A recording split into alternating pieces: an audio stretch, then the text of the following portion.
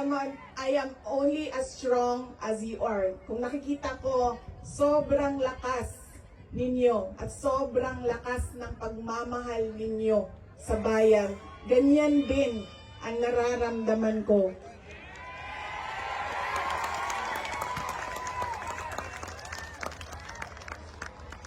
Ang pagpapasalamat ng aming pamilya, ang pamilya Duterte, dako kaayo mi og utang ang kabubuton kaninyong tanan.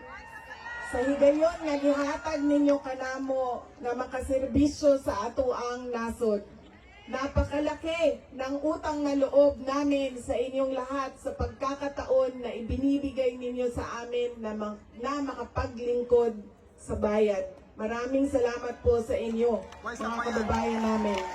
Ang lahat ng ginagawa natin ay para sa Diyos, sa bayan, at sa bawat pamilyang Pilipino. Syukran.